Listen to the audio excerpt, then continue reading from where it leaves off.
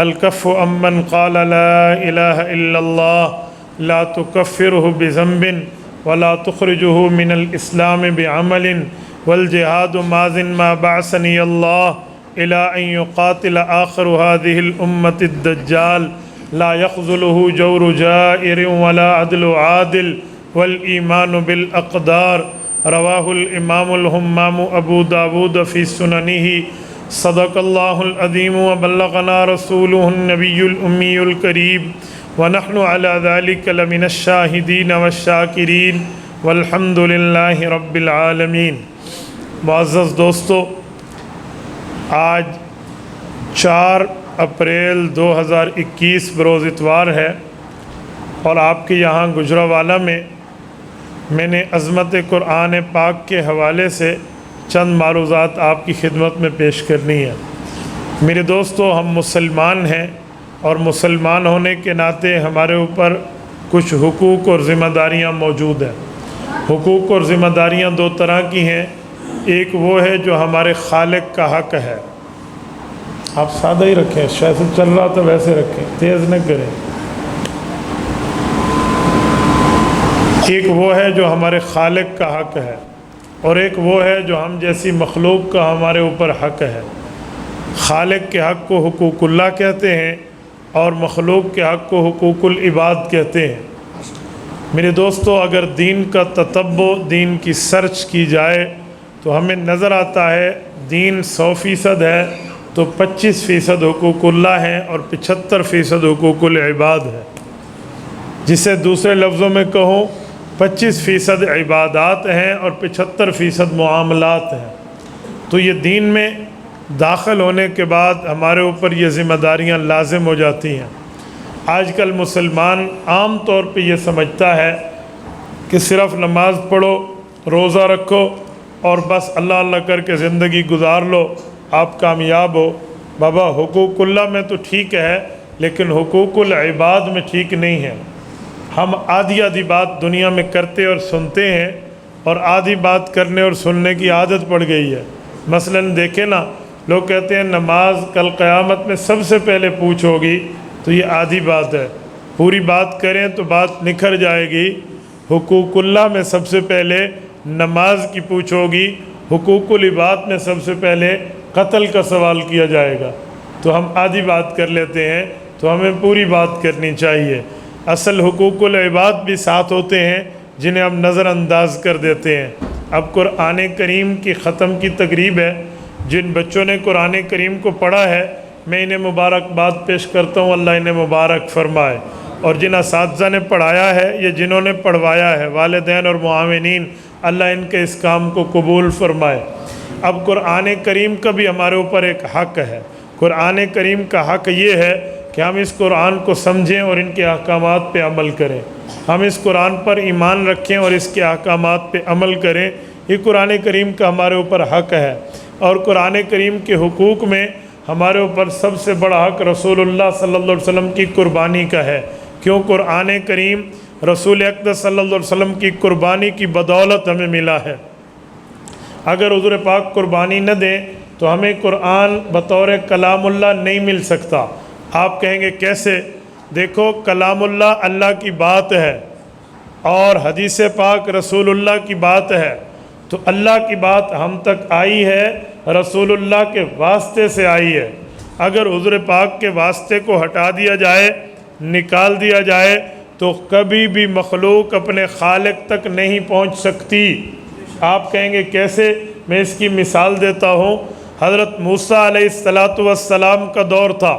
حضرت موسیٰ علیہ السلام کی قوم نے حضرت موسیٰ علیہ السلام سے عرض کیا، آپ ہمیں بتاتے ہیں کہ ہمارے اللہ کا یہ حکم ہے، اللہ ہم سے یہ عبادت چاہتے ہیں، اللہ ہم سے یہ عبادت کا مطالبہ فرما کر کہہ رہے ہیں اس پہ عمل کرو۔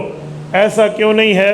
آپ ہماری اللہ سے ملاقات کرا دیں، ہمیں اللہ دکھا دیں، ہم اللہ سے گفتگو کریں، اللہ کی بات کو سنیں، اللہ سے بات کریں۔ حضرت موسیٰ علیہ السلام نے بتایا اپنی قوم کو کہ یہ نادانی والا سوال ہے، اللہ سے بات کرنا بغیر واسطہ نبی کے ناممکن ہے۔ نبی کا واسطہ ہوگا، مخلوق تک خالق کا کلام ملے گا۔ نبی کا ذریعہ ہوگا مخلوق تک خالق کا پیغام آئے گا، اور اگر نبی کے ذریعے اور واسطے اور وسیلے کو ہٹا دو گے مخلوق کبھی خالق تک نہیں پہنچ سکتی۔ کیوں؟ مخلوق کے کلیجے میں وہ طاقت، پاور، قوت، سکت، ہمت موجود نہیں ہے جو وقت کے نبی کے سینہ اقدس میں ہوتی ہے، اور نبی اللہ کی بات کو سن بھی لیتا ہے، سہ بھی لیتا ہے، سمجھ بھی لیتا ہے، مخلوق تک سمجھا بھی لیتا ہے، لیکن جب بات عام مخلوق کی آئے گی وہ وقت کے نبی کو کراس کر کے کہے گی میں اللہ سے بات کرنا چاہتا ہوں، ہم اللہ سے گفتگو کرنا چاہتے ہیں، ہم اللہ کو دیکھنا چاہتے ہیں، تو دنیا میں رہ کر عام بندے کے لیے ممکن نہیں ہے۔ کیوں؟ قرآن کریم میں ہے لا تدرکہ الابصار وہو یدرک الابصار وہو اللطیف الخبیر، فرمایا لا تدرکہ الابصار، انسانی آنکھ کی طاقت کے بس میں نہیں ہے وہ اللہ کا ادراک کر لے، وہو یدرک الابصار، اور وہ اللہ تو مخلوق کا خالق ہے، وہ ان کا ادراک کر لیتا ہے، وہو اللطیف الخبیر، رب باریک بین بھی ہے اور اللہ ہر چیز سے خبردار بھی ہے۔ میرے دوستو، لطافت اللہ رب العزت کی صفات میں ایک صفت ذکر کی گئی ہے، آپ یہ سمجھتے ہوں گے کہ لطافت کسے کہتے ہیں؟ ایک ہوتی ہے لطافت، ایک ہوتی ہے کثافت۔ کثافت کہتے ہیں چیز ہو اس کا وزن بھی ہو، اور لطافت کہتے ہیں چیز ہو اور اس کا وزن نہ ہو۔ آپ کہیں گے وہ چیز کیسی ہے جس کا کوئی وزن ہی نہیں ہے؟ یہ موبائل میں سم موجود ہے، اس سم سے ہم بات کرتے ہیں بیلنس کی بنیاد پر، اس موبائل کی سم میں ہم ایزی لوڈ کرتے ہیں، پیسے ڈالتے ہیں، بیلنس ڈالتے ہیں تو کال کرتے ہیں۔ ایک بندے کی سم میں ایک ٹیڑھی موجود نہ ہو، وہ اپنے سم کا وزن کرے، پھر اس میں 10,000 کا بیلنس ڈالے، پھر سم کا وزن کرے، وزن بڑھ جائے گا؟ کیوں؟ اب تو 10,000 روپے اس میں آ گئے ہیں، وزن کیوں نہیں بڑھا؟ آپ کہیں گے چیز ہے اس کا وزن نہیں ہے، اسے کہتے ہیں لطافت، چیز ہو اور اس کا وزن نہ ہو، جیسے کہتے ہیں ویٹ لیس ہونا، بالکل اس کا وزن نہیں ہے، ورنہ موبائل کا وزن ہے، اس کے ساتھ کور لگائیں گے تو وزن ہے، کوئی اور ساتھ ہینڈ فری لگا دیں گے وزن بڑھ جائے گا۔ یہ کثیف چیزیں ہیں، لیکن لطافت کی چیزوں میں وزن نہیں ہوتا۔ ایک مثال اور لیجئے، میموری کارڈ ہے یا موبائل کی میموری ہے اپنی، اس میموری میں چیزیں موجود ہوتی ہیں، امیجز ہوتی ہیں، آڈیوز ہوتی ہیں، ویڈیوز ہوتی ہیں، ڈاکومنٹیشن میں بندے کی فائلز ہوتی ہیں، مختلف چیزیں اور بھی ہیں، اور اس طرح کنٹیکٹس میں بندے کے نمبر سیو ہوتے ہیں۔ تو وہ ایک نمبر سیو کریں یا 1,00,000 نمبر سیو کریں، موبائل کا وزن نہیں بڑھے گا۔ وہ ویڈیو ایک رکھیں یا 1,000 رکھیں، موبائل کا وزن نہیں بڑھے گا۔ وہ میموری گھٹے گی بڑھے گی، اس کا اپنا معاملہ ہے، لیکن اس کا ویٹ نہیں بڑھے گا۔ پہلے 1 پاؤ کا ہے تو اب 2 پاؤ کا ہو گیا، ایسا نہیں ہے۔ آپ اس سے ڈیلیٹ کر دیں پھر بھی وزن وہی ہے، آپ اس میں بھر دیں پھر بھی وزن وہی ہے۔ 2 GB کے کارڈ کو اٹھا لیں، اسے فل کر لیں تب بھی وزن وہی ہے، سب کچھ شفٹ ڈیلیٹ انٹر کر دیں تب بھی وزن وہی ہے۔ اسے کہتے ہیں کثیف۔ تو کثیف عقل میں آج دنیا کو سمجھ نہیں آتا، لطیف آج 1400 سال گزرنے کے بعد عام بندے کو لطافت سمجھانا مشکل ہو جاتی ہے۔ وہ کہتے ہیں یہ تو سائنسدانوں کا کمال ہے، کوئی کہتے ہیں جی خوردبین کا کمال ہے، کوئی کہتے ہیں آلات کا کمال ہے۔ بابا ہمارے اللہ کا کمال ہے، یہ اللہ نے عقل دی ہے کہ آج دنیا میں لوگ ایسی چیز کی ایجاد کرتے ہیں، ایسی ایجادات کو سامنے لاتے ہیں، وہ چیز موجود ہوتی ہے، اس کا وزن موجود ہے نہیں ہوتا۔ تو جب یہ مخلوق 1400 سال کے بعد اس نہج پہ پہنچ سکتی ہے، اس اسٹیج پہ پہنچ سکتی ہے، اس مرتبے پہ پہنچ سکتی ہے، اس رتبے پہ پہنچ سکتی ہے کہ یہ ایسی چیزوں کی ایجاد کر دے، ایسی چیزوں کو معرض وجود میں لے کر آئے، ایسے اشیاء کو جمع کر لے جو چیز اپنے اندر چیز رکھے، میموری رکھے، اسپیس رکھے، گنجائش رکھے، اور اس کو بھر دیا جائے، پھر بھی وزن نہ ہو، اسے گھٹا دیا جائے، پھر بھی وزن نہ ہو، اسے موجود رکھیں یا اسے ڈیلیٹ کریں، وزن ایک جیسا۔ یہ مخلوق کی طاقت مخلوق کا عقل، مخلوق کی دماغ، مخلوق کی سوچ، مخلوق کی فہم و فراست، مخلوق کی دماغی طاقت کا پہنچنا ہے کہ یہ اتنا کر سکتے ہیں، چیز موجود بھی ہو، موجود ہونے کے بعد وزن نہ ہو، میرا اللہ اس مخلوق کا خالق، میرا اللہ اس مملوک کا مالک، میرا اللہ اس مرزوق کا رزاق ہے، وہ اس سے بڑھ کے طاقتیں رکھتا ہے، اس کی قدرت اس سے بڑھ کے ہے، رب ایسی چیزیں رکھ سکتا ہے جو چیز بھی ہو اور لطافت والی ہو، اس کا وزن نہ ہو۔ یہ ہے وہو اللطیف الخبیر، رب لطیف ہے، اس کے معاملات لطافت والے ہیں، آپ کو نظر بھی آئیں گے لیکن اس کا وزن نہیں ہوگا اور آپ محسوس نہیں کر پائیں گے۔ اس سے بڑھ کے دکھاؤں، آپ کے اور میرے کندھے پر کون بیٹھے ہیں؟ بولیے، کرامن کاتبین۔ یہ ایک تو ڈیوٹی چیز ہونے کے وقت، ڈیوٹی کی چینجنگ کے ٹائم اٹھتے ہیں، ایک اور ٹائم بھی ہے جب فرشتے یہاں اٹھنے سے بیٹھنا چھوڑ دیتے ہیں، وہ کون سے آپ کے علم میں ہے؟ مختلف کام ہے، مختلف کام ہے۔ جب بندہ جھوٹ بول رہا ہوتا، جب جھوٹ بولتا ہے حدیث پاک میں فرشتہ اٹھ کے دور چلا جاتا ہے، کئی گز دور چلا جاتا ہے۔ اور اسی طرح بندہ کسی گناہ میں مبتلا ہو، زنا میں مبتلا ہو، کسی غلط معاملات میں ہو، فرشتے ہٹ جاتے ہیں دور۔ آپ مجھے بتائیں، کوئی بندہ جھوٹ بولے اس کا کندھا ہلکا ہو جائے، سچ بولے اس کا کندھا بھاری ہو جائے، بھئی اب فرشتہ بیٹھ گیا، اب اٹھ گیا، ایسے ہے؟ کیوں؟ دیکھیں یہ رب العزت کی طرف سے لطافت کے معاملات ہیں۔ تو آنکھ اللہ کو مخلوق کی نہیں دیکھ سکتی بلکہ خالق مخلوق کا ادراک رکھتا ہے۔ یہ سمجھایا حضرت موسیٰ علیہ السلام نے، قوم نہ مانی، قوم نے کہا جی نہیں، ہماری بات کرائیں اللہ سے، بات کرو گے، ہماری ملاقات کراؤ گے، ہم مانیں گے ہمارا اللہ ہے۔ تو 70,000 بندے تھے، ان 70,000 بندوں نے 70 بندوں کو اپنا ایمبیسیڈر بنایا، سفیر بنایا، نمائندہ بنایا کہ انہیں آپ لے جائیے کوہ طور پہ جا کر جیسے آپ کی اللہ سے ملاقات ہے ان کی بھی کرائیے۔ اگر ان 70 بندوں نے دیکھ لیا اللہ کو، اللہ سے بات کر لی، ہمیں آ کر بتایا، ہم مان جائیں گے، ہم اپنی خواہش چھوڑ دیں گے۔ حضرت موسیٰ علیہ السلام لے کر چلے، قرآن کریم کہتے ہیں جب وہاں پہنچے، قوم کا دعویٰ ہے ارین اللہ جہرا، اللہ ہمیں دکھاؤ، ہم اللہ کو اپنی آنکھوں سے دیکھنا چاہتے ہیں۔ حضرت موسیٰ علیہ السلام نے دعا کی، اللہ رب العزت نے فرمایا لن ترانی، ہرگز آپ مجھے نہیں دیکھ سکتے۔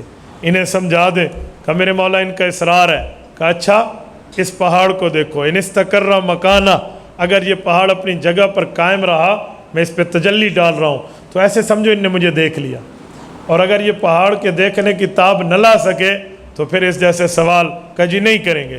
سب نے پہاڑ کو دیکھا، قرآن کریم کہتے ہیں اللہ نے تجلی ڈالی، وہ پہاڑ ریزہ ریزہ ہو گیا، حضرت موسیٰ علیہ السلام بے ہوش ہو کر گر پڑے، وَخَرَّ مُوسَىٰ صَاعِقًا، گر پڑے بے ہوش ہو کر، اور قوم ساری کی ساری آگ میں جل کے مر گئے۔ بے ہوش تو زندہ ہوتا ہے، اسے ہوش بھی آتا ہے۔ حضرت موسیٰ علیہ السلام جب ہوش میں آئے اور اٹھے اور کھڑے ہوئے، کہا میرے مولا یہ بھی مر گئے، یہ تو نمائندہ تھے اس قوم کے جن نے آپ کو دیکھنے کے لیے ان کو بطور نمائندگی بھیجا تھا۔ اے موسیٰ آپ چاہتے کیا ہیں؟ میرے مولا میں چاہتا ہوں انہیں دوبارہ زندگی دے دے، میں دوبارہ زندہ کر دوں گا، تو کس بنیاد پہ زندگی چاہتا ہے؟ اے اللہ میں اس بنیاد پہ چاہتا ہوں کہ جو پچھلی نادان قوم ہے یہ ان کو جا کر بتا آئیں گے کہ دیکھو ہم تو مر گئے تھے، وقت کے نبی کی دعا کی برکت سے رب نے دوبارہ زندگی دی۔ ہوئے یہ خواہشات چھوڑ دو، اوے نبی کا اتباع کرو، نبی کے ذریعے بندہ خدا تک پہنچتا ہے۔ اللہ نے حضرت موسیٰ علیہ السلام کی دعا سنی، ان قوم کے 70 بندوں کو دوبارہ زندگی ملی، یہ اٹھے، ان نے اپنے کپڑے جھاڑے اور دوبارہ سارا معاملہ دیکھ کر قوم کے پاس گئے، انہیں کہا اس طرح کی سوالات سے باز آ جاؤ، یہ واسطہ موسیٰ علیہ السلام موجود ہے، اس کے ذریعے اللہ کی بات سنیں گے اور اس کے ذریعے اللہ کی بات کو سمجھیں گے، تو نبی کے واسطے کو کراس نہیں کرنا، ایسا ہے یا نہیں ہے؟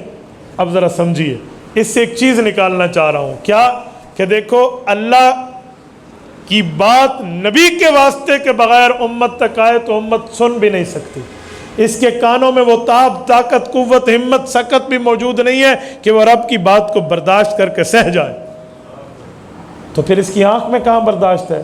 تو نہیں ہے۔ تو جب اللہ پاک قرآن اتار رہے تھے تو رب العزت نے ہمارے اوپر بڑی مہربانی کی ہے، بڑی مہربانی کی ہے۔ وہ مہربانی کیا ہے؟ اللہ نے فرمایا تھا لَوْ أَنزَلْنَا هَذَا الْقُرْآنَ عَلَى جَبَلٍ، کا پہاڑ پہ اتار دوں تو پہاڑ میں دو چیزیں ہوں گی، لرأیتہ خاشعا متصدعا، ایک خشوع آئے گا اس میں، ایک اس میں تصدع آئے گا۔ خشوع کسے کہتے ہیں؟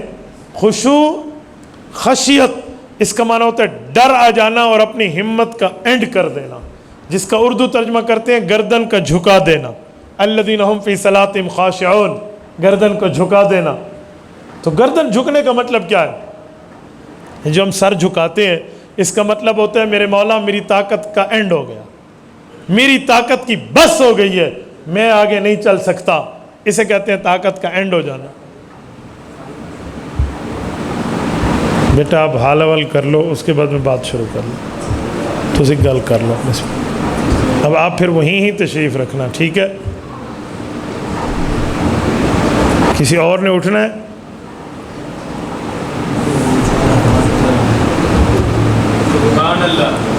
سبحان اللہ کا معنی یہ نہیں ہے کہ میں شروع کروں، اصول پورے کروں گا چاہے آپ سبحان اللہ کی پوری تسبیح پڑھ لیں۔ اب توجہ رکھیں، توجہ میں رات میں گفتگو کر رہا تھا تو لوگوں نے کہا جی سبحان اللہ، میں نے کہا مجھے اچھا نہیں لگتا، آپ اونچا کہو۔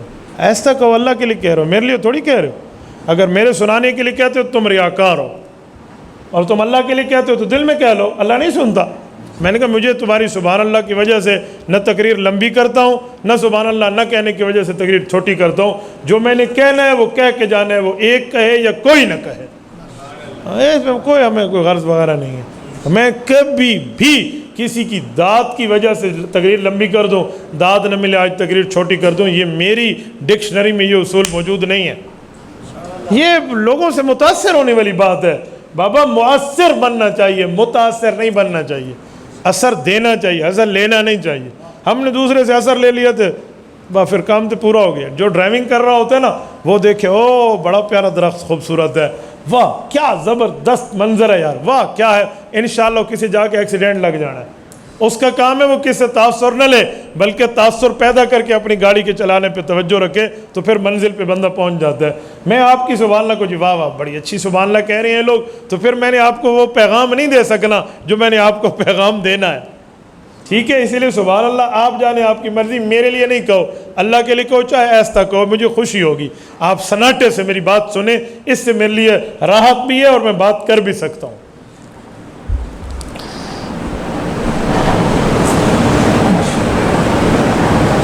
اللہ نے ہمارے اوپر مہربانی یہ کی ہے کہ اللہ فرماتے ہیں اگر پہاڑ پہ میں قرآن اتارتا تو پہاڑ میں دو چیزیں ہوتی، نمبر ایک خشوع، نمبر دو تصدع۔ خشوع کہتے ہیں طاقت کا اینڈ ہو جانا، گردن جھکا دینا۔ تو کہا اگر پہاڑ پہ قرآن اترتا تو پہاڑ کی طاقت اس قرآن کو نہ اٹھا سکتی اور پہاڑ کی گویا گردن جھک جاتی، اللہ میں نہیں اسے سنبھال سکتا۔ خاشعہ۔ نمبر دو متصدعہ، توجہ رکھنا، متصدعہ۔ تصدع کسے کہتے ہیں؟ اندر میں ایسی گرمی پیدا ہونا جس سے چیز بلاسٹ ہو جائے، پھٹ جائے۔ یہ دیکھو ڈبہ ہے نا، ڈبے کے اندر ایسی گرمی پیدا ہو جس سے ڈبہ ٹکڑے ٹکڑے ہو جائے، اسے تصدع کہتے ہیں۔ تو رب نے فرمایا متصدعہ، سلنڈر پھٹتا ہے نا وہ اندر کی گرمی سے پھٹتا ہے، اندر کی گیسز کی وجہ سے پھٹتا ہے، باہر کے کسی ڈنڈے مارنے کی وجہ سے نہیں پھٹتا۔ کبھی بھی سلنڈر باہر کی گرمی سے نہیں پھٹتا، سلنڈر کے سر کے اوپر آگ جل رہی ہوتی ہے، کبھی نہیں پھٹا۔ تو باہر کی گرمی سے نہیں پھٹتا، وہ اندر کے معاملات سے پھٹتا ہے، تو اسے کہتے ہیں ریزہ ریزہ ہو جانا۔ تو رب فرماتے ہیں اگر میں قرآن پر پہاڑ پر قرآن اتارتا تو پہاڑ کی گردن بھی جھک جاتی اور اس کے اندر ایسی گرمی آتی کہ یہ پتھر بلاسٹ ہو کر پھٹ جاتے، ریزہ ریزہ ہو جاتے، یہ اللہ کے کلام کا بوجھ نہ اٹھا سکتے۔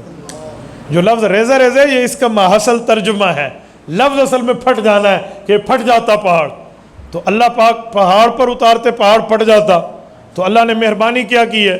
وہ مہربانی یہ کی ہے کہ اللہ نے پہاڑ پر نہیں اتارا، آپ کو اور مجھے قرآن پاک دینے کے لیے حضور علیہ الصلوۃ والسلام کے سینے سے گزارا ہے۔ نزل علی قلب محمد صلی اللہ علیہ وسلم، حضور پاک صلی اللہ علیہ وسلم کے دل سے قرآن گزارا ہے۔ حضور کے دل سے جب قرآن گزرا، اللہ کے رسول کی کتنی بڑی قربانی ہے، ذرا اس کو سمجھیے۔ اماں رضی اللہ عنہ فرماتی ہیں، اماں جان عائشہ فرمایا اللہ کے رسول پر جب وحی اترتی نا، سخت سردی کا زمانہ ہوتا، حضور علیہ السلام کے چہرے ماتھے مبارک پر پسینے کے قطرے آ جاتے، سخت سردی میں یہ قرآن کے نزول کا بوجھ ہے، یہ مذاق نہیں ہے۔ اور قرآن کریم کے نزول کے بوجھ کی کیا ترتیب ہے؟ حضرت علی المرتضیٰ فرماتے ہیں میری ران پر اللہ کے رسول کی گھٹنے مبارک کی ایک سائیڈ تھی، حضور پر وحی کی کیفیت اتری، مجھے یوں لگا جیسے میری ران کی ہڈیاں ٹکڑوں میں بدل چکی ہوں۔ یہ علی المرتضیٰ رضی اللہ عنہ، حضور علیہ السلام بیٹھے ہوتے نا کسی سواری پر تو وہ جانور بیٹھ جاتا اگر وحی کی کیفیت وہاں آتی تھی۔ اور اس وحی کی کیفیت پہ رسول اللہ صلی اللہ علیہ وسلم کی حدیث صحیح بخاری جلد اول کی موجود ہے، باب کیف کان بدء الوحی الی رسول اللہ صلی اللہ علیہ وسلم۔ امام بخاری حضرت عباس اور حضرت عائشہ رضی اللہ عنہما کی روایت لائے ہیں، حضرت عبداللہ بن عباس کی کیا روایت لائے ہیں؟ فرمایا اللہ کے رسول صلی اللہ علیہ وسلم نے وَهُوَ أَشَدُّهُ عَلَيَّ فَيُفْسَمُ عَنِّي، کہا وحی کی کیفیت میں بعض اوقات ایسا ہوتا کہ میرے اوپر اتنی تکلیف آ جاتی جس سے میرے پسینے پسینے پھوٹ جاتے۔ یہ رسول اللہ صلی اللہ علیہ وسلم نے قربانی دی ہے، اور اس قربانی میں ایک آیت کی بات نہیں ہے، ایک سورت کی بات نہیں ہے، ایک رکوع اور ایک پارے کی بات نہیں ہے، یہ قرآن کریم 540 رکوع اور 114 سورتوں کا نام ہے، 86 مکی اور 28 مدنی سورتوں کا نام ہے، 120 پاؤ اور 7 منازل کا نام ہے۔ میرے دوستو یہ اتنی تیزی سے رسول اللہ پر قرآن اترا، اور اس میں آخرت کی بات، اس میں قبر کی بات، اس میں قیامت کی بات، اس میں دوزخ کی بات، اس میں جلنے کی بات، اس میں آگ کی بات، یہ رسول اللہ صلی اللہ علیہ وسلم کے دل اقدس پر بوجھ ہوتا، دقت اور تکلیف ہوتی۔ حضور پاک نے ایک مرتبہ حضرت ابو بکر صدیق کو فرمایا تھا، لفظ یاد رکھنا، فرمایا ابو بکر شیبتنی ہود و اخواتہا، یہ صورت ہود اور اس کی بہنیں یعنی یہ صورتیں اتری ہیں، اس کے نزول نے آپ کے نبی کو بوڑھا کر دیا ہے۔ شیبتنی ہود و اخوات، آپ کا نبی اس سے بوڑھا ہو گیا۔ بوڑھے ہونے کا مطلب کیا ہے؟ جب والد اپنی اولاد کو کسی چیز کی اہمیت بتاتا ہے نا تو یوں کہتے ہیں کہ میرے بیٹو میں تمہارے لیے داڑھی سفید کر لی ہے، میں نے تمہارے لیے بڑھاپا کما لیا ہے، اس کے باوجود بھی تم اس چیز کی قدر نہیں کرتے۔ یہ والد کا درد دل ہوتا ہے، وہ اپنی فیلنگز اور احساس بتا رہا ہوتا ہے کہ میں نے تمہارے لیے کون سی تنگ و دو کی ہے۔ حضور پاک علیہ السلام دی امت کو احساس دلاتے کے لیے کہہ رہے ہیں اس کلام اللہ سے منہ نہ پھیرنا، یہ کلام اللہ میں نے اتنی قربانی سے اللہ سے لے کر تمہیں دیا ہے جس کے نزول نے تمہارے نبی کو بوڑھا کر دیا ہے۔ شیبتنی ہود و اخواتہا، اس کے اترنے سے میں بوڑھا ہو گیا۔ تو یہ حضور پاک علیہ السلام نے اپنے بڑھاپے کی بات فرمائی ہے۔ وہ بڑھاپا کیا ہے؟ ہمارے پاک پیغمبر صلی اللہ علیہ وسلم کی وفات حسرت آیات کے وقت تو داڑھی مبارک میں کل 18 بال سفید تھے، کل 18 بال۔ یہ صحابہ کرام نے تعداد گن کے امت کو بتائی ہے۔ تو اس بڑھاپے کا مطلب کیا ہے؟ کیا بڑھاپا ملا؟ کون سی تکلیف اور دقت برداشت کی ہے؟ میرے دوستو آپ میں جملہ بتاتا ہوں، وہ دقت کیا ہے؟ نزول قرآن میں اللہ کی بات میں حرارت تھی، اللہ کی بات میں جلال تھا، اللہ کی بات میں رعب اور دبدبا تھا، اور یہ امت پڑھتی تو یوں جل جاتی جیسے قوم موسیٰ جل گئی تھی۔ ہم بسم اللہ کا لفظ منہ سے بولتے تو منہ سے شعلہ نکلتا، آگ کا چخا نکلتا، ہم کیا کرتے؟ ہم تو پڑھ نہ سکتے۔ تو حضور پاک کے دل اقدس سے گزرا ہے تو وہ حرارت برودت میں بدلی ہے، وہ جلال جمال میں بدلا ہے، وہ سختی نرمی میں بدلی ہے، اور آج ہم قرآن کریم پڑھتے ہیں ہمیں شفا مل جاتی ہے۔ قرآن کریم سے صحت ملتی ہے، شفا ملتی ہے یا نہیں ملتی؟ اللہ کے کلام میں صحت، وَنُنَزِّلُ مِنَ الْقُرْآنِ مَا هُوَ شِفَاء، ہمارے لیے شفا بن کے آیا۔ یہ کیسے شفا بن کے آیا؟ یہ کلام خداوندی تو آیا، قوم موسیٰ تو جل گئی لیکن ہم نہیں جلے، اس کی وجہ ہمارے پاک پیغمبر کے دل اقدس سے گزر کے آیا ہے۔ تو میں یہ بات کہہ سکتا ہوں کہ ہمارے نبی کے سینے میں جو دل ہے اس دل کی طاقت اتنی ہے کہ دنیا کے پہاڑ اس دل کی طاقت کا مقابلہ نہیں کر سکتے۔ ان پہاڑوں میں وہ طاقتیں نہیں ہیں جو میرے پاک پیغمبر کے دل اقدس میں رب نے دی ہیں۔ جو وقت کے نبی کے دل کی طاقت ہے وہ ان پہاڑوں کی نہیں ہے۔ کیوں؟ وہ پہاڑ قرآن نہ اٹھا سکتے، ہمارے نبی پاک نے اس قرآن کریم کو اپنے دل سے گزار کے ہمیں دیا۔ اور میرے دوستو یہ حضور کی قربانی ہے، خدا کی قسم یہ وہ قربانی ہے جو آج ہم قرآن پڑھتے ہیں، ہمارے بچے پڑھتے ہیں، بوڑھے پڑھتے ہیں، عورتیں پڑھتی ہیں، بچیاں پڑھتی ہیں، جوان پڑھتے ہیں، اور ہمیں صحت ملتی ہے، شفا ملتی ہے، سکون ملتا ہے، راحتیں ملتی ہیں۔ اس میں حضور پاک کی قربانی لگی ہوئی ہے۔ اس قربانی کا ایک ہی جواب ہے کہ ہم اپنی طبیعتوں، نیتوں، عادتوں کو رسول اللہ کے احکامات کے تابع بنا دیں۔ کیوں؟ ہمارے نبی پاک نے ہمیں جو قرآن اللہ سے لے کر دیا ہے اس سے ہمیں صحت اور شفا تو مل رہی، تو ہم پیغمبر کے احکامات کو اپنانے والے بن جائیں، ہم پیغمبر کے فرامین پر عمل کرنے والے بن جائیں، رسول اکرم صلی اللہ علیہ وسلم کے احکامات کے مطابق زندگی گزارنے والے بن جائیں۔ یہ چاہت ہے۔ یہ قربانی کیوں ہوتی ہے ماں باپ کی؟ کہ اولاد اس قربانی کا صلہ حاصل یوں دے ان کو کہ اپنے ماں باپ کی عزت اور احترام کو بجا لائے۔ تو ہمیں چاہیے ہم اپنے پیغمبر صلی اللہ علیہ وسلم کے احکامات پہ عمل بجا لائیں۔ اور یہ بات یاد رکھیں، جہاں پہ پاک پیغمبر کا حکم آ جائے ادھر سے ہٹنا نہیں ہے۔ میں نے ختم نبوت کی تحریک میں ایک عالم دین کے واقعہ کو پڑھا کہ جب حضرت امیر شریعت سید عطا اللہ شاہ بخاری رحمۃ اللہ علیہ نے تحریک ختم نبوت شروع کی تھی، ایک عالم دین کو اس وقت کی حکومت نے گرفتار کر لیا اور گرفتار کر کے اسے جیل میں بند کیا اور اسے کہا کہ تو ان باتوں سے باز آ جا، مرزائیت کو کافر نہ کہہ، قادیانیت کے خلاف تقریریں نہ کر، ختم نبوت کی بات چھوڑ دے۔ اسے پکڑ لیا گیا، وہ نہیں مانتے تھے، تو آخر اوپر کے افسروں نے آرڈر دیا نیچے کے محتاط افسران کو کہ اسے مانگا منڈی میں فلاں جگہ لے جاؤ، فلاں ندی بہہ رہی ہے، رات کے وقت لے جانا، سخت جاڑے کی سردی ہو اور اسے پانی سے نہلانا اور اسے ڈنڈے مارنا، یہ روئے تو اسے کہنا بات مان لو ہم تیری عزت کریں گے، بات نہیں مانے گا ہم تیرے ساتھ اس سے زیادہ کریں گے۔ تو وہ ایک محتاط افسر لکھتا ہے کہ میں اسے لے کر گیا رات کی اس تنہائی میں، جب ہم نے کمبل اوڑے ہوئے تھے، ہم یوں جاڑے سے یوں کپ کپا رہے تھے، ہم نے اس بزرگ کو وہاں بٹھایا اور میں نے اپنے پولیس والوں کو کہا کہ اس کے کپڑے اتارو اور اسے اس ندی میں ڈالو۔ کہتے ہیں جب پولیس والے آگے بڑھے تو افسر کہتے ہیں میرے دل و دماغ میں ایک سوال اٹھا، کوئی اللہ کے بندے یہ سفید ریش آدمی ہے، اس کے ساتھ یہ کیوں کر رہے ہو صرف افسر کے کہنے پہ؟ اور یہ بات ختم نبوت کی کرتا ہے جو تیرا بھی ایمان ہے، اور تو بھی مسلمان ہے، کوئی گناہ ہو جاتے ہیں، کل قیامت میں اس گناہوں کی معافی کی درخواست تو حضور اللہ سے کریں گے، اور جب رسول اللہ سے سفارش کریں گے تو بندہ بخشا جائے گا، اور جب میری باری آئے اور یہ بات سامنے آئے کہ اس بے ایمان نے تو اس بندے کو اس لیے مارا تھا کہ یہ حضور کی بات کرتا تھا، تو میری سفارش کیسے ہوگی؟ میں کیا منہ دکھاؤں گا؟ کہتے جب میرے دل و دماغ میں آیا میں نے لڑکوں کا چھوڑ دو۔ اس بزرگ کے پاس میں گیا اور میں نے اسے ہاتھ باندھ کے کہا کہ ہم میں حکم یہ ہے ہم آپ کے ساتھ یہ کریں، پر میرا ایمان مجھے اجازت نہیں دیتا، میرا ضمیر اجازت نہیں دیتا، میں آپ کی عزت کروں گا۔ ایک کام ذہن میں رکھیں، وجہ رکھ لیں۔ کہا جی کیا ہے؟ کہ جب میرے افسر آئے نا تو ان کے سامنے ہائے ہائے کرنا، ہائے مجھے بہت مار پڑی ہے، ہائے میرے اوپر بہت ظلم ہوا ہے، ہائے مجھے بہت تکلیف دی ہے، ہائے میرے اوپر بڑا ظلم اور تشدد ہوا ہے، یوں کہنا تاکہ ہماری پیٹیاں بچ جائیں۔ تو کہتے ہیں اس بزرگ نے میری داڑھی کے چہرے پر یوں ہاتھ رکھ کے کہا بیٹا جو تجھے حکم ہے وہ پورا کر لے، جس پانی میں ڈبانا ہے ڈبا دے، جو ڈنڈے مارنے ہیں وہ مار لے، لیکن میرے نبی نے حکم کیا ہے جھوٹ نہ بولنا، میں گردن کٹا لوں گا، میں حضور کے حکم کو توڑ نہیں سکتا۔ آپ اندازہ لگاؤ، یہاں ہم آقا نامدار کے فرامین کو یوں توڑ کے رکھ دیتے ہیں، ہم حضور پاک کے فرمان کے خلاف بات کر لیتے ہیں۔ ہمارے ایمان کو اپڈیٹ کرنے کی ضرورت ہے۔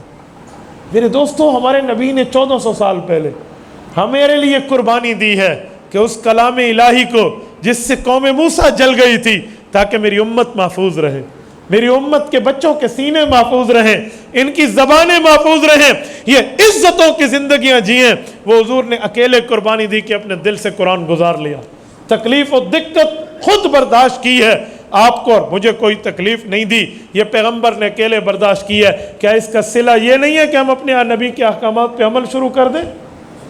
میرے دوستو، غلطی ہم میں یہ ہے کہ ہم رسول اللہ کی تعلیمات کو ویلیو نہیں دیتے۔ میں ایک جملہ کہتا ہوں، ذرا توجہ رکھنا اس جملے پر، بیٹے مجھے دے دو، یہ ان کی چیز جاری ہے۔ میں ایک جملہ کہتا ہوں تاکہ آپ کو یہ بات سمجھ آئے اور میں آپ کی خدمت میں کچھ بات کہہ پاؤں۔ میں کسی پہ اعتراض نہیں کرتا، اگر کسی بندے کا دل دکھے میں اولاً معذرت خواہ ہوں، لیکن میں بات کر رہا ہوں اللہ کے لیے کر رہا ہوں، آپ کی شرمندگی کے لیے نہیں کر رہا۔ میرے دوستو، کیا میرے نبی پاک کی اس قربانی کا یہی صلہ ہے کہ ہم اپنی شکلیں رسول اللہ کی شکل کی مخالفت میں بنا لیں؟ میں کسی پر اعتراض نہیں کر رہا، میں مسلمان کی اس بات سے واقف ہوں کہ لوگ اگر داڑھی کاٹتے ہیں تو اس نیت سے کہ اللہ ہم گناہ گار ہیں ہمیں توفیق دے دے، میں بھی ان کے لیے دعا کرتا ہوں اللہ ان سب کو توفیق عطا فرمائے، لیکن کیا یہی صلہ ہے؟ آپ کو پتہ ہے یہ رسول اللہ صلی اللہ علیہ وسلم کے چہرہ مبارک جو ہے، یہ اس کا مقام کیا ہے، اس کا مرتبہ کیا ہے؟ آؤ میں مرتبہ بتا رہا ہوں۔ ہم جب قبر میں جائیں گے نا، ہمارے پہنے ہوئے کپڑے اتر جائیں گے، ہم کفن پہن کے جائیں گے، ہمارے سر پہ لگے ہوئے کپڑے اتر جائیں گے، یہ پگڑیاں نہیں ہوں گی، سر ننگے جائیں گے، پاؤں میں پہننے کے لیے جوتا تک نہیں ہوگا، کمائی ہوئی مال و دولت یہ پیسے ہمارے ساتھ نہیں ہوں گے، چاہے حلال و حرام کمائے ہیں۔ جس اولاد کے لیے ہم کیا سے کیا نہیں کرتے، ان میں سے کوئی ہمارے ساتھ نہیں جائے گا، وہ الٹا کہیں گے قبر کی یہ جگہ کھل گئی ہے اسے بھی بند کر دو۔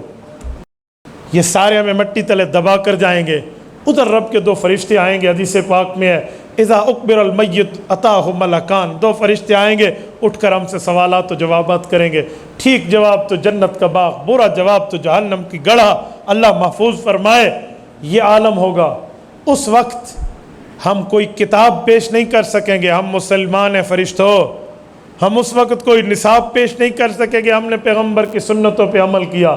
ہمارے پاس دکھانے کے لیے فزیکل سچویشن میں ایک ہی چیز ہوگی، اپنے نبی کی یہی سنت ہوگی جس کو ہم بطور دلیل پیش کر سکیں گے۔ اس قبر کی پاداش میں ہمارے پاس اور کچھ نہیں ہوگا، یہ واحد سنت ہوگی شاید جس کو مسلمان پیش کر پائے، غیر مسلم جانے اس کا کام جانے، مسلمان بطور سنت اس کو پیش کر سکے گا۔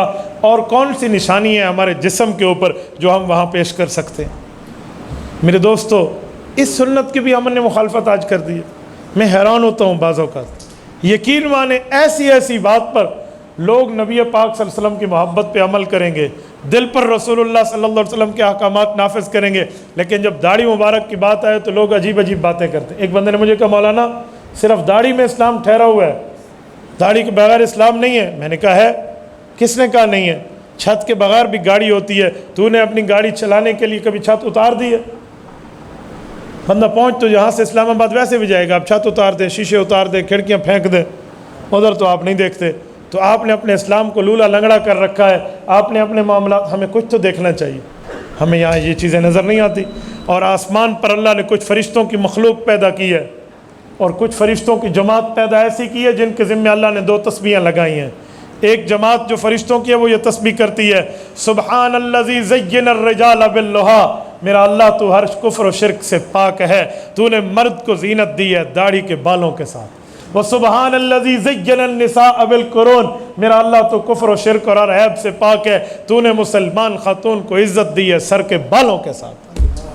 آج عورتوں نے بال کٹائے ہوئے ہیں، مردوں نے داڑیاں کٹائی ہوئی ہیں۔ میرے دوستو، ایمان سے ہمیں بتائے کیا ہم نبی پاک صلی اللہ علیہ وسلم کی ان قربانیوں کا بدلہ یہی دے رہے ہیں؟ ہم یہی دے رہے ہیں؟ اوہ ہمارے پاس نیکیاں نہیں ہیں، ہمارے پاس وہ اعمال نہیں ہیں جس کی طاقت پہ ہم کہیں کہ ہم بخشے جائیں گے، ہمارے پاس وہ کچھ نہیں ہے، ہمیں صرف پیغمبر کی سفارش کی مانگ ہے، ہمیں رسول اللہ کی شفاعت کی امید ہے، اور وہ شفاعت لینے ہم کس منہ سے جائیں گے؟ کس منہ سے جائیں گے؟ میرے دوستو، رسول اقدس صلی اللہ علیہ وآلہ وسلم سمیت 1,24,000 انبیاء کی داڑھیاں، پیغمبر علیہ السلام کے صدیق اکبر سے لے کر 1,24,000 صحابہ اور اہل بیت کی داڑھیاں، مجھے ایک نبی دکھا دیں، ایک صحابی اور اہل بیت میں سے کوئی بندہ دکھا دیں جو اس سنت کے بغیر ہو۔ عام طور پہ لوگ سمجھتے ہیں کہ یہ صرف سنت ہے، یہ وہ سنت نہیں ہے جس پر کبھی عمل کرو اور کبھی چھوڑ دو، بلکہ یہ سنت واجبہ ہے۔ کچھ سنتیں وہ ہوتی ہیں کبھی کرو کبھی نہ کرو، آپ عشاء سے پہلے 4 سنتیں پڑھیں یا نہ پڑھیں، پڑھیں تو ثواب ہے، نہ پڑھیں تو گناہ کوئی نہیں ہے کہ غیر مؤکدہ ہے۔ تو میرے دوستو، اگر آپ صبح کی سنت چھوڑ دیں تو وہ مؤکدہ ہے، تو وہ سنت واجبہ ہے، یہ سنت بھی سنت واجبہ ہے۔ ایک بندہ مجھے کہنے لگا داڑھی تو سنت ہے، کبھی رکھیں کبھی نہ رکھیں۔ میں نے کہا ناراض تو نہیں ہوں گے؟ کہتے ہیں نہیں۔ میں نے کہا شادی ہے؟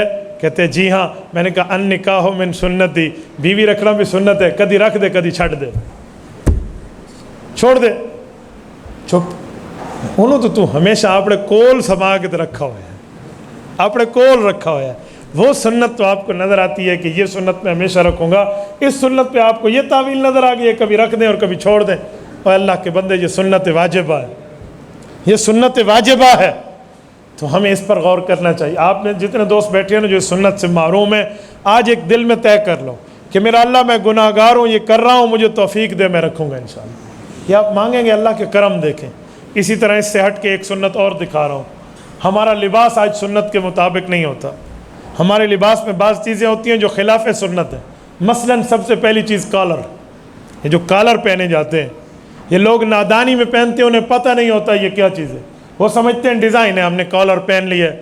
آپ کو پتہ ہے یہ کالر کیا ہے؟ یہ درزی نے بنا کے دے دیا اور آپ نے پہن لیا۔ میں بڑے ثبوت اور وثوق سے کہتا ہوں 99.9% بندے کو نہیں پتہ کہ یہ کیا ہے، وہ سمجھتے ہیں بین رکھ لو، کالر رکھ لو، دو میں سے جو بھی رکھ لو۔ آؤ میں ذرا کالر کی ہسٹری کھولتا ہوں اور بتاتا ہوں یہ کیا ہے۔ حضور پاک علیہ السلام سے 600 سال پہلے ایک نبی آئے ہیں جن کا نام ہے حضرت عیسیٰ بن مریم علیہ السلام۔ حضرت عیسیٰ بن مریم علیہ السلام جو ہیں یہ حضور سے 600 سال پہلے ہیں۔ جب ان پر انجیل اتری تو یہودیوں کو ان سے بغض آ گیا، انہوں نے کہا انجیل آ گئی، ہماری تورات کو آپ نے نہیں دیکھا، لہٰذا وہ حضرت عیسیٰ علیہ السلام کے قتل کے در پہ ہوئے۔ انہوں نے پوری ٹیم بنائی اور بندے بنا کر آگے آئے کہ عیسیٰ علیہ السلام کو پکڑ کے hanging to the till death, موت تک لٹکا دیا جائے گا۔ وہ جب آئے تو قرآن کریم کہتے ہیں اللہ پاک نے حضرت عیسیٰ علیہ السلام کو تسلی دی۔ حضرت عیسیٰ علیہ السلام کمرے میں ہیں، ان نے باقاعدہ باہر سے گھراؤ کیا ہوا ہے، فرمایا اے عیسیٰ ابھی یہ اندر آئیں گے اور میں تجھے پورا اٹھا لوں گا، یعنی روح بھی اور جسم بھی۔ وَإِذْ قَالَ اللَّهُ يَا عِيسَىٰ إِنِّي مُتَوَفِّيكَ وَرَافِعُكَ إِلَيَّ، عیسیٰ میں آپ کو مکمل اٹھا لوں گا، ٹھیک ہے، وصول کر لوں گا اور اپنی طرف اٹھا لوں گا، تو بے فکر رہنا، تجھے یہ نقصان نہیں دے پائیں گے۔ یہ اس کا ترجمہ ہے مکمل اٹھا لینا، ورنہ توفی کا ایک معنی صرف وفات دینا ہے، اگر یہاں معنی موت دینا کر دینا کہ میں تجھے موت دے دوں گا، تو جو کام یہودی کرنا چاہ رہے تھے تو اللہ نے تو ان کا کام آسان کر دیا، ان کو موت مل گئی۔ تو اس کا معنی ہے مکمل اٹھا لینا، انی متوفیکا، میں تجھے وصول کر لوں گا، ورافعک الیہ، اٹھا لوں گا۔ ایسی جگہ اپنی طرف کمانا، فرمایا ای موضع لا یجری فیہ حکم غیر اللہ، ایسی جگہ اٹھاؤں گا جہاں صرف اللہ کا حکم چلتا ہے، یعنی آسمانوں پہ۔ اور وہی ہوا جب وہ شیطان آئے نا حضرت عیسیٰ علیہ السلام کی پھانسی کے لیے، حضرت عیسیٰ علیہ السلام کو اللہ نے اٹھا لیا۔ اب جب حضرت عیسیٰ علیہ السلام کمرے سے اٹھ گئے تو اللہ پاک نے ان سے بدلہ لیا اور پورا بدلہ لیا۔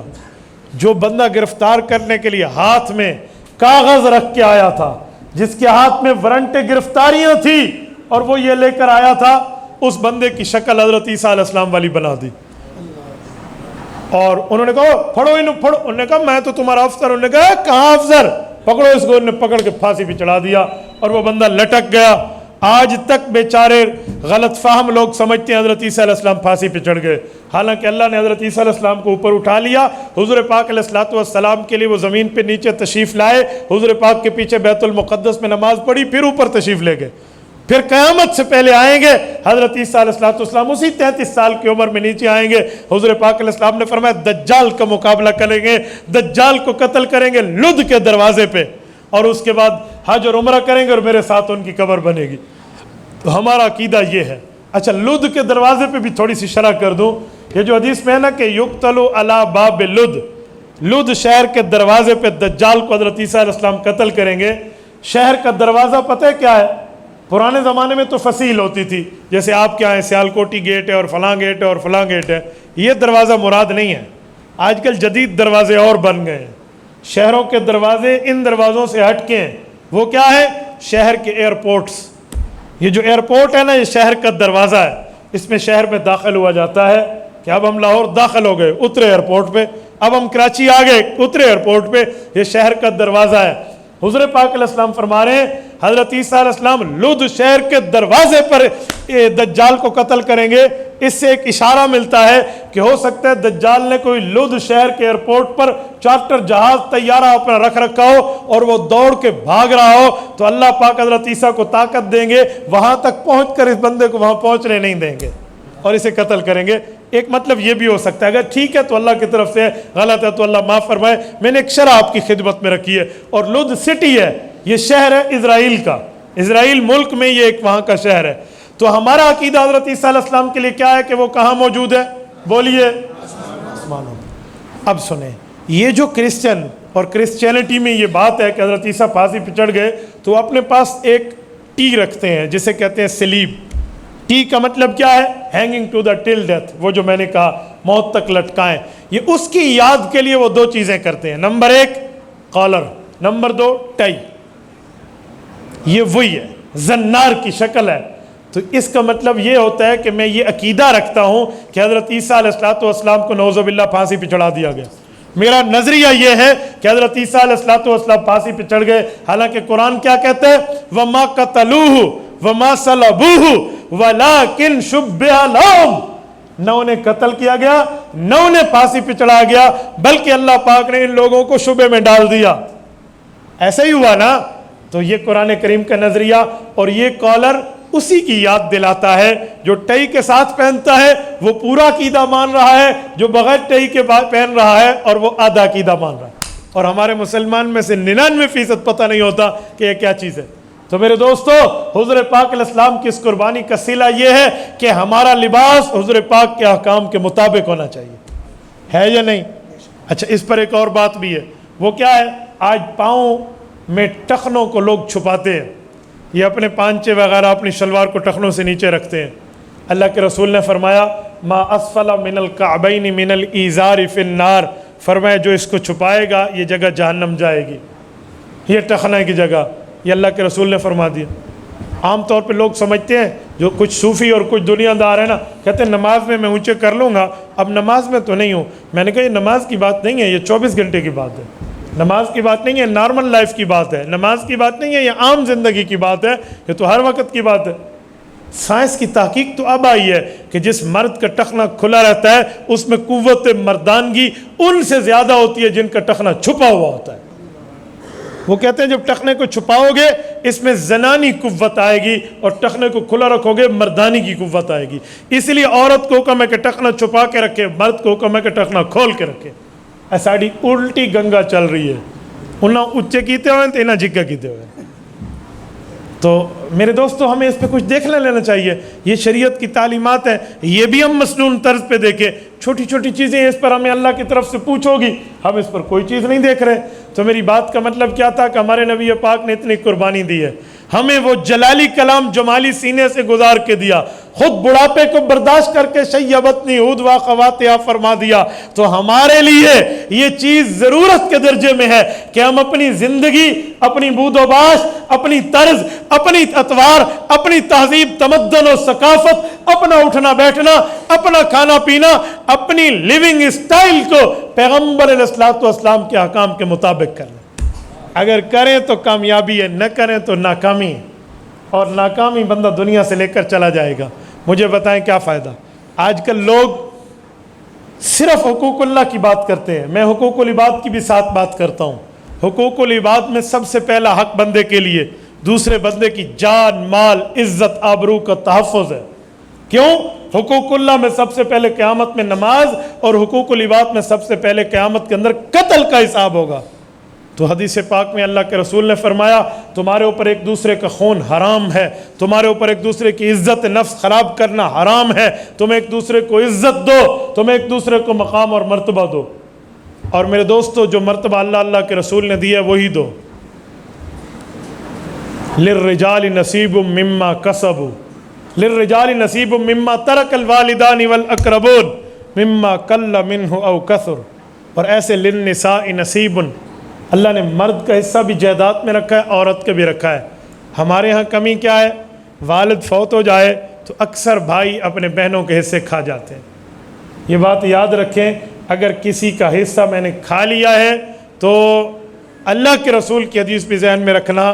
اللہ کے رسول نے فرمایا، صحیح بخاری کی روایت ہے، من اخذ شبرا من الارض، شبر کہتے ہیں ایک بالشت کو، من اخذ شبرا من الارض بغیر حق یطوق اللہ یوم القیامت 7 ارضین. فرمایا 70، اللہ فرماتے ہیں 70 7 ارضین، 7 زمینوں کا طوق بنا کے اس بندے کے گلے میں ڈال دوں گا جس نے صرف ایک بالشت دوسرے کی زمین کھا لی. اور ہم پورے کے پورے حصے کو ہڑپ کر جاتے ہیں. ایک بھائی میرے پاس آیا اپنی بہن کے حصے کے بارے میں، مجھے آ کے کہتے ہیں کہ ہمارے ابو کی ڈیتھ ہو گئی ہے. میں نے کہا جی اللہ مغفرت فرمائے، آپ کو صبر جمیل عطا فرمائے، کہتے اب ہماری بہن جو ہے وہ حصے کی ڈیمانڈ کر رہی ہے، ہم 2 بھائی بیٹھے ہیں، ابو نے تو اس بہن کی شادی کی تھی اور اس کو جہیز دیا تھا اور یہ وہ اور ایسے ایسی بات کر رہی ہے۔ تو میں نے کہا آپ کی بہن شادی شدہ ہے؟ کہتے جی ہاں۔ میں نے کہا ذرا ان کو بھی آئندہ ملاقات میں لے کر آئیے، باپردہ آئیں، ذرا میرے سامنے بیٹھ کے اپنی بات کریں تاکہ میں دونوں فریق کی بات سن کے فیصلہ دوں۔ جی بات ٹھیک ہے۔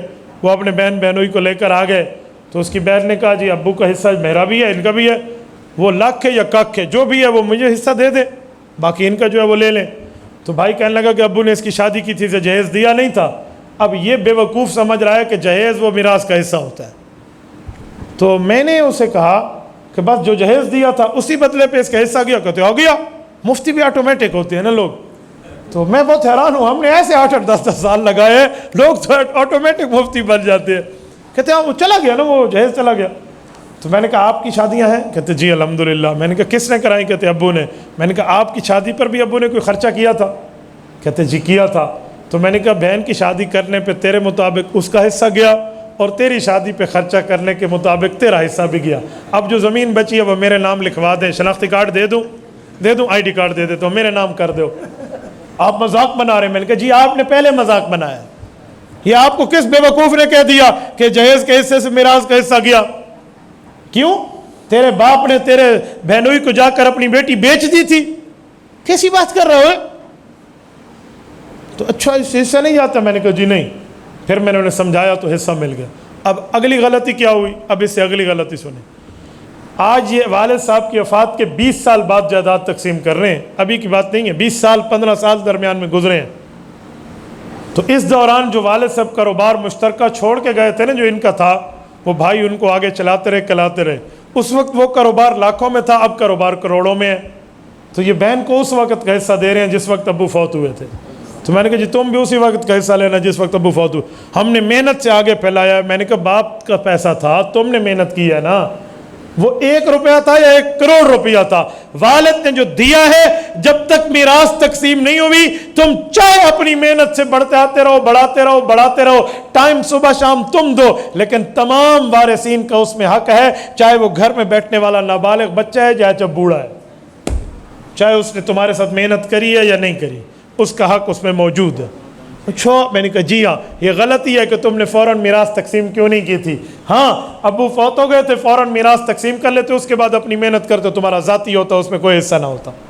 تو ہم میراث کی غلطیوں میں بیٹھے، ہمیں معلومات تک نہیں ہے، ہم دوسرے کے حق کھا جاتے ہیں، اور جب حق کھا جاتے ہیں یاد رکھیں پھر عبادتیں قبول نہیں ہوتی، ریاضتیں قبول نہیں ہوتی۔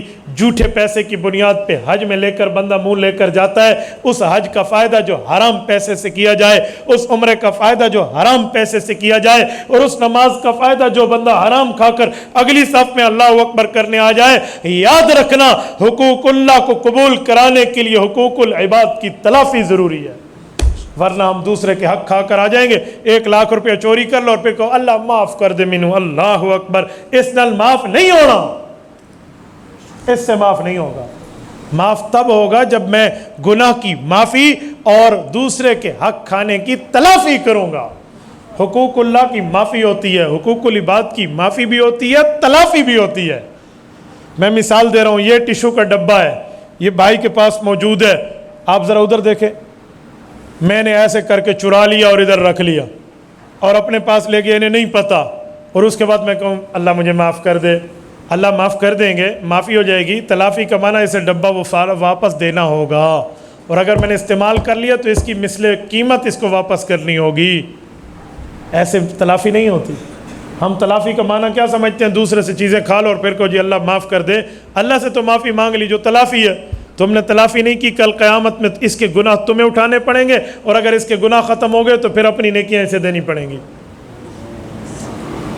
لَيَحْمِلُنَّ أَثْقَالًا وَأَثْقَالًا مَعَ أَثْقَالِهِمْ، قرآن کہتا ہے کچھ خناس قیامت میں وہ بھی آئیں گے جو اپنے گناہ بھی اٹھائیں گے اور دوسروں کے گناہ بھی اٹھائیں گے۔ تو میرے دوستو، ہمیں شریعت کے مطابق اپنی زندگی کو بنانا چاہیے، ہمیں شریعت کے مطابق اپنی شادی بیاہ کو بنانا چاہیے، شریعت کے مطابق اپنی صبح شام کو رکھنا چاہیے، اور شریعت اور دین کے مطابق ہمیں یہ سب کچھ کرنا چاہیے۔ یہ تب ہوگا جب ہم علماء سے رابطہ کریں گے، ان سے پوچھیں گے، پوچھ کر مسائل کو حل کریں گے۔ آج کل کیا حال ہے؟ لوگ علماء کے قریب ہی نہیں جاتے۔ جمعے کے بیان میں لوگ اس وقت آئیں گے جب مولوی خطبے پہ کھڑا ہوگا، تو تم نے مسئلہ سمجھنا نہیں ہے تو عمل کیا کرنا ہے؟ عمل کیا کرنا ہے آپ نے؟ اور میں حیران ہوں کہ پتہ نہیں کیسے کیسے اعتراضات علماء پہ لوگ کرتے ہیں. مولوی کی کوئی چیز اچھی ہو تو عوام میں برداشت کرنا بڑا مشکل ہو جاتا ہے. وہ کہتے ہیں مولوی سائیکل تراوے انہوں موٹر سائیکل لے کے نہیں دینا. ہمارے ہاں ایک امام مسجد کو کسی نے موٹر سائیکل لے کر تحفہ دیا تو 4 بندے کہنے لگے یہ ایجنسیاں ہے. بھئی ایجنسیوں کا کیوں ہے؟ کہتے ہیں اس کے پاس موٹر سائیکل کے پیسے کہاں سے آئے؟ میں نے کہا جی تمہارے پاس گاڑیاں ہیں, تمہارے پاس گاڑیوں کا پیسہ کہاں سے آیا؟ جی اسی کما کے لائے تھے. انہوں ہی کسی کمانا لے دیتے ہیں نا, اسے بھی کسی نے دیا ہے, اس کی پینشن نکلی تھی اس بیچارے نے بائک لے کر دے دیا. بھائی اگر دین دار پہ آپ نے خرچ کیا ہے تو خرچ کرنا آپ کا حق ہے. یہ جو حفاظ بیٹھے ہیں نا, جو حافظ بنا ہے, آپ کو پتہ ہے قرآن حدیث پاک میں کیا ہے کہ جس نے قرآن کریم پڑھا کل قیامت میں وہ اپنے گھر میں سے کتنے بندے کی سفارش کرے گا؟ 10. عشرۃ من اہل بیتی کلہم وجبت علیہ النار, جن 10 پر جہنم واجب ہو چکی ہوگی اللہ ان کو جنتی بنائے گا, یہ سفارش کرے گا. تو یہ تو سفارشی ہے. اور سفارشی کی عزت کی جاتی ہے یا عزت کروائی جاتی ہے؟ آپ نے صدر مملکت کو سفارش کرانی ہو, سیٹلٹ ٹاؤن سے بندے کو اٹھانا ہے تو گاڑی لے کر آپ جائیں گے, اس میں اسے آگے آگے عزت سے ابو بنا کر بٹھائیں گے, پیٹرول اس کی گاڑی میں آپ ڈالیں گے, کھانا اچھے سے اچھے ہوٹل پہ آپ کھلائیں گے, وہاں پہ لے جا کر اچھے ہوٹل کا بندوبست آپ کریں گے, ملاقات کا خرچہ آپ نے کرنا ہے, ادھر اس نے 2 بول بولنے ہیں, آپ کی سفارش قبول ہو جانی ہے, پھر خرچہ کر کے آپ نے پہنچانا ہے, آخر میں شکریہ بھی اسی کا ادا کرو گے. حالانکہ خرچہ تو آپ نے کیا تھا, گاڑی آپ نے دی, پیٹرول آپ نے دیا, پیسے آپ نے دیے, کھانا آپ نے دیا, ہوٹلنگ آپ نے کرائی, تو عزت تو آپ کی کرنی چاہیے. نہیں, ہم عزت سفارشی کریں گے, اس کی وجہ سے میری جان بچ گئی ہے. اوے بابا یہ ہمارے سفارشی ہیں, ان نے کل قیامت میں ہماری سفارش کرا کے ہمیں چھڑانا ہے تو ہمیں اس پہ خرچہ کرنا, یہ ہمارا حق ہے. آج ہم سمجھتے ہیں ہم نے ان پہ احسان کیا ہے. اے خدا کے بندے, سلام پیش کر اس عالم کو جس نے زکوٰۃ لے کر بھی تیرے ایمان کی حفاظت کی ہے. اور لوگ زکوٰۃ دیتے ہیں کہ بات سمجھتے ہیں اسی مولوی تے کوئی احسان لا دیتے ہیں. جی نہیں, یہ احسان نہیں ہے. حضرت عبداللہ بن زبیر رضی اللہ تعالی عنہ اماں عائشہ صدیقہ رضی اللہ عنہ کے بھانجے ہیں. اماں نے انہیں اپنا بیٹا بنایا ہوا تھا.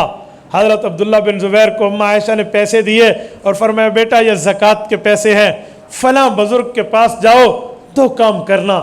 نمبر 1, چپکے سے ان کے سرانے کے ساتھ رکھ کے آ جانا. نمبر 2, جب وہ محسوس تو کر لیں تو انہیں دے دیا, انہیں دعا کا نہ کہنا کہ عائشہ دعا کرنے کا کہہ رہی تھی, میرے حق میں دعا کر دو. بھانجا گیا, پیسے دے کر آ گیا, واپس آیا, کہا امی ایک بات پوچھوں؟ کہا بیٹا پوچھ, کیا پوچھنا ہے؟ کہا اس میں لاجک کیا ہے؟ آپ نے دعا کا کیوں نہیں بولنے دیا مجھے؟ اس میں لاجک کیا ہے؟ آپ نے ہاتھ میں نہیں دینے دیا, چھپکے سے ان کے حوالے کر دیا. کہا بیٹا 2 باتیں ہیں. نمبر 1, جب بندے کو زکوٰۃ دی جائے ہو سکتا ہے وہ گلٹی فیل کرے, اس کا دل چھوٹا کرنا ہمارے زکوٰۃ کے قبول ہونے میں مانع ہو جائے گا. ہم کس میں اسے زکوٰۃ دے رہے ہیں؟ دوسرے کی عزت نفس خراب کر کے. زکوٰۃ دینے کے لیے دوسرے مستحق کو یہ کہنا ضروری نہیں ہوتا کہ یہ زکوٰۃ ہے.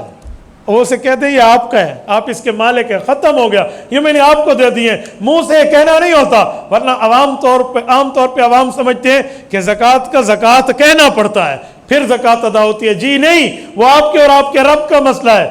ہاں ان اداروں میں جا کر زکوٰۃ کا بتاؤ جہاں مختلف مال ہوتے ہیں, صدقات علیحدہ رکھے, عطیات علیحدہ رکھی, خیرات علیحدہ رکھی, زکوٰۃ علیحدہ رکھی, وہاں کہو. لیکن ایک غریب ہے, اس کا کوئی ادارہ نہیں ہے, اس کی اپنی ذات ہے, اس کو جا کے دے دو, اس کو بتانے کی ضرورت نہیں ہے, وہ آپ کے اور آپ کے رب کا مسئلہ ہے.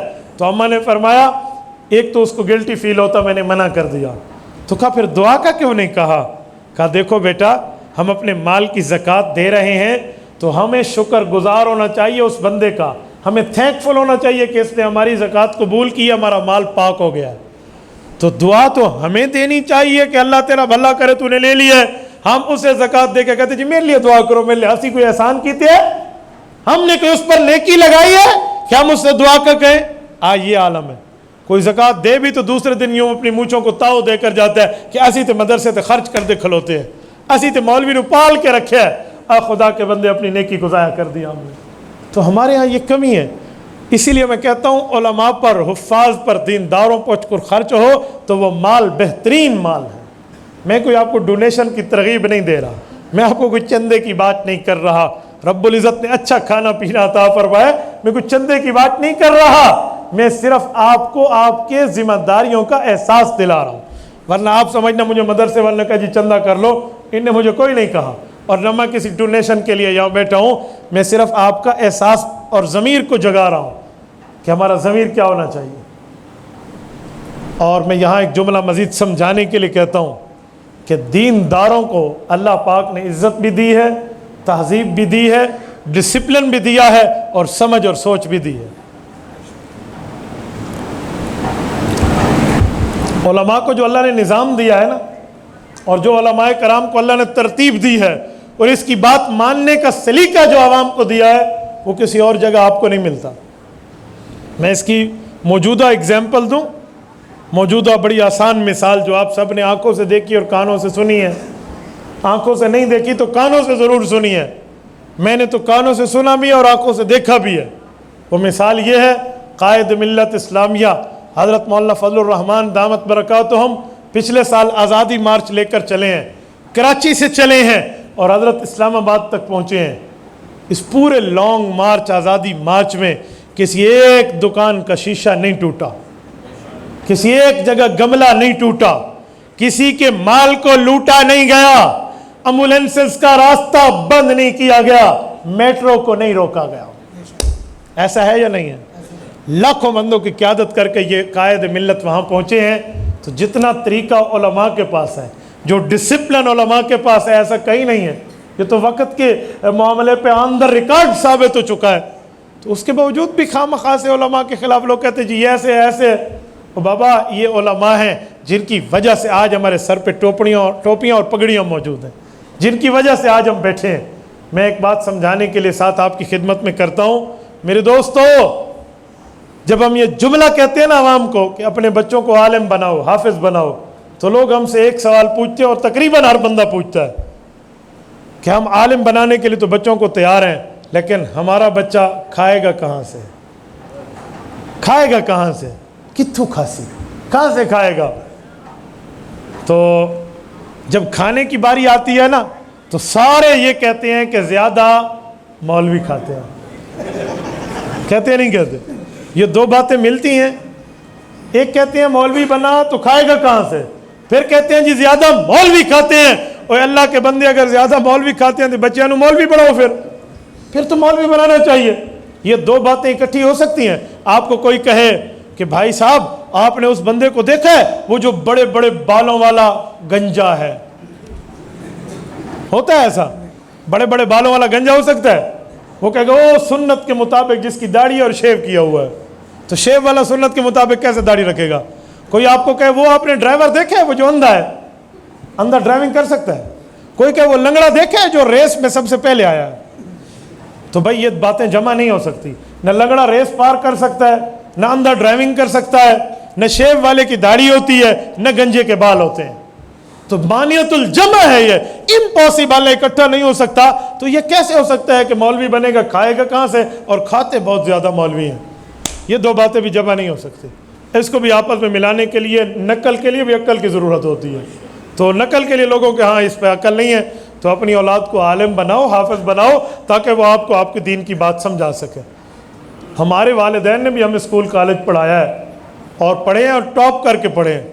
میں الحمدللہ دینی اور دنیاوی دونوں تعلیم کے معاملات تک اینڈ تک پہنچا ہوا ہوں، لیکن اس کا مطلب یہ تھوڑی ہے کہ جب ہم اسکول کالج پڑھیں گے تو پھر ہم اپنے علمیت دین کی بنیاد پہ اپنی شکل، اپنے لباس، اپنی تہذیب کو بدل دیں گے۔ ہم آپ کو اسکول کالج سے منع نہیں کرتے، آپ یونیورسٹی لیول تک جائیے، آپ پی ایچ ڈی لیول تک جائیے، فلاسفی آف دا ڈاکٹریٹ تک جائیے، کوئی نہیں مسئلہ، لیکن اپنی شکل، اپنی تہذیب، اپنی تمدن اور اپنی ثقافت کو مسلمان ثقافت رہنے دیجیے۔ یہ سر پہ رکھ کے بھی آپ بیالوجی پڑھ سکتے ہیں نا، ورنہ آپ کہیں جی مجھے تو فزکس نہیں آتی، اور میں جو ہے نا کیمسٹری اور فادر آف کیمسٹری کے انٹروڈکشن سے واقف نہیں ہوں، کیوں میرے سر پہ پگڑی ہے؟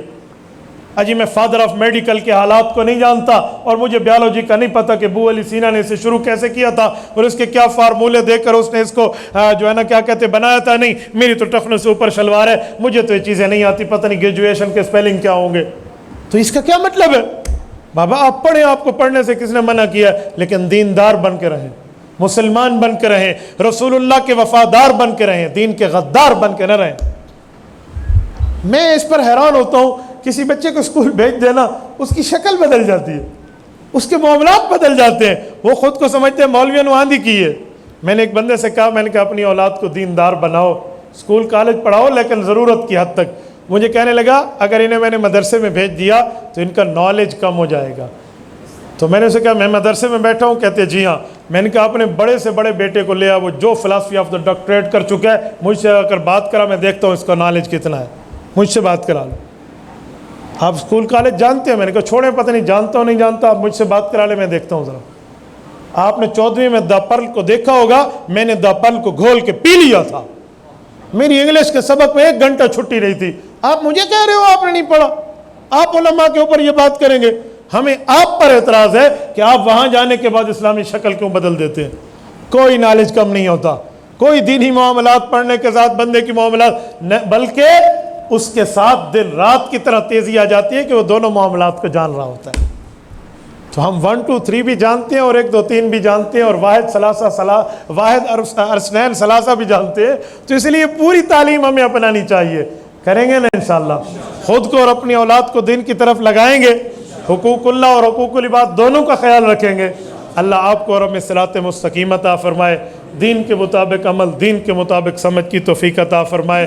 اقول قولی ھذا واستغفر اللہ وآخر دعوانا ان الحمد للہ رب العالمین. إلهي واسع الكرم ورب البيت والحرم إليك أتيت منكسرا